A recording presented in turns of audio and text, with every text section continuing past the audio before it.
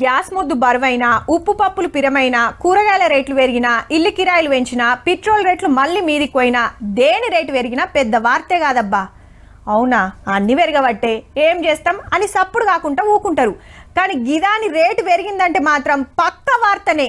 టీవీలకు, పేపర్లకు పెద్ద బ్రేకింగ్ వార్త అవుతుంది.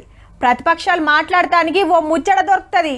ఓ అన్నలు మీకోసమే మంచిగా నుండ్రి. మళ్ళా తాగేటోళ్ళు 4 రోజులు ఎక్కువ సంపాదించుండ్రు. ఇంకా మందు రేటు పెరుగుతున్నది. మళ్ళా 100కి 10-15 పెంచే కార్యం నడుస్తుంది. అబ్కారీ ఆఫీసర్లు అంతా కూకొని ఏ బ్రాండ్ ధర ఎంత ఉంది, ఎంత వేస్తే బాగుంటది, అందులో ఎంత ఆమ్దాని వస్తుంది అనే లెక్కలు రాస్తున్నారు. వీళ్ళంతా సై అనుకున్నాక రిపోర్ట్ పట్టుకపోయి అబ్కారీ మంత్రి గారికి ఇస్తే వాళ్ళు ఫైనల్ చేస్తారన్నట్టు.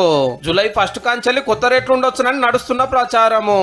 అయితే చీప్ లిక్కర్ తాగేటోళ్లకు రేట్ల తిప్పలు ఉండదట. తీయండ్రి, ఆల్రెడీ ధర గట్టిగానే ఉన్నది కాబట్టి ఇంకా పెంచుడు కరెక్ట్ కాదని పెద్ద మనసు చేసుకురాట ఆఫీసర్లు.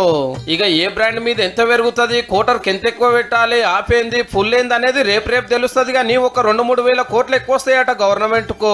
తాగేటోళ్ళ జోబ్లకే సూటి పెడుతున్నారనే మాట రాకుండా టెట్రా ప్యాకెట్ల సరుకు రాబోతుంది. ఇది జరం తక్కువ.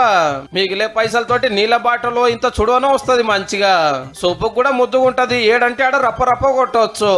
అంతేకాదు కొత్త బ్రాండ్లు కూడా వస్తున్నాయి. 92 కంపెనీలకు వెళ్ళి 604 బ్రాండ్లకు అప్లికేషన్లు వచ్చినాయి. ఏది మంచిదో ఏది కాదో దేనికి ఎంతనో చూసినాక అందులోకెళ్ళి కొన్ని సెలెక్ట్ చేస్తే మాల్ మార్కెట్లకు వస్తుంది. మొన్ననే బీర్ల మీద 15 రూపాయలు పెరిగాయి. లైట్ బీర్ 150 ఉంటే 180, స్ట్రాంగ్ 160 ఉంటే 200 అయ్యింది. బాలరా ఇంకో 30 ఎక్కువనే. ఎంత పెరిగితే మనకేంది, ఏసుడేసుడే అన్నట్టే ఉంది. గడి కోపార్ రేట్లు వేస్తున్నా తెలంగాణ తెచ్చుకున్న కొత్తలా ఏడాదికి 12,000 కోట్ల మందు తాగితే అది ట్రిపుల్ అయి 34,000 కోట్ల రూపాయలది గుంజి పడేసిండ్రు. తెలంగాణలో తాగుడంటే అట్లుంటది. మళ్ళా